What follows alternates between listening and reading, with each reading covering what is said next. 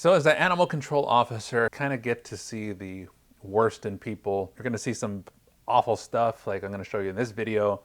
Luckily, this, as far as a dog goes, does have a happy ending, and let's show you the clip. Disturbing. This dog was found with a zip tie tightly wrapped around his neck, and thankfully he's doing a lot better now in the care of Hernando County Animal Services. But the sheriff, they want to find out who did this to him. Put a zip tie around the dog's head and tied it, cinch it down pretty tight. As you can see here, in this clip, that luckily the dog did survive and is looking a lot better now. He could not be more friendly, a bright light despite the trauma he's been through.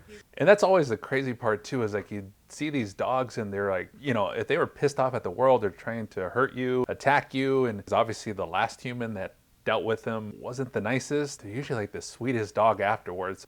Back on January 8th, Animal Services found him with a large white zip tie tightly fastened around his neck. This is probably the worst thing I've seen. The dog's head was probably twice the size that it normally should have been. The vet believes the zip tie caused intense swelling. When they took it off, a painful indentation left behind.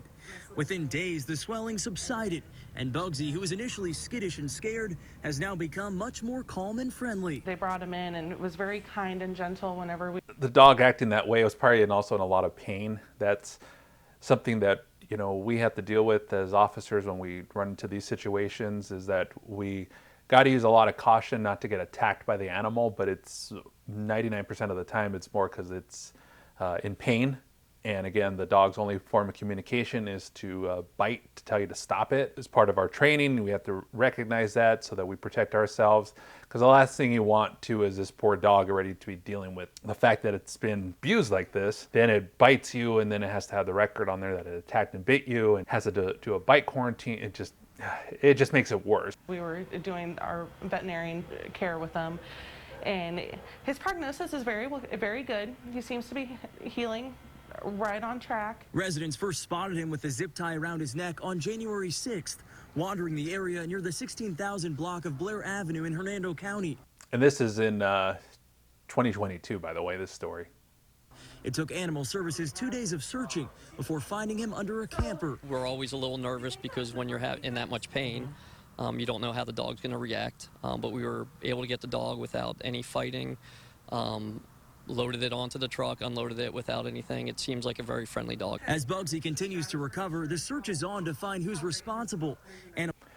Yeah, and that part comes down to then just the investigation part of it, is trying to see where the dog came from. You want to get the bad person that did such a thing to the dog, but the most important thing first is try to make sure the animals is in the best condition you can get it at that point.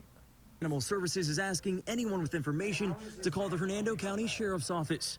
Reporting in Brooksville, Jordan Bowen, Fox 13 News. I don't know if of course, since they found the dog, I don't know if the eye was already like that or if the eye was caused by the zip tie being on there so tight. It's kind of the stuff you deal with as being an animal control officer. Dealt with different cases like this, not that extreme, the zip ties, but I've done embedded collars, and people tie up their dogs and just tie them up in a backyard, and over the years the dog grows, but they never change the collar out or widen the collar, and the metal actually goes and gets embedded deep inside their skin, where you actually have to sedate the dogs, and they surgically have to go and remove each little ring from the skin, since the skin's already started growing around the chain or the rope or whatever it is. So so I dealt with those before, and a lot of times it's because the dog broke off the chain and started wandering around. A lot of times we won't find out who the owner is, but at that point then it's just a matter of taking care of the dog, making sure it's better, and then hopefully find it a brand new home. So if you like this video, maybe take a look at this one next, along the same type of lines of some of the crazy stuff that you have to do as an animal control officer. It's never a dull moment when you're one.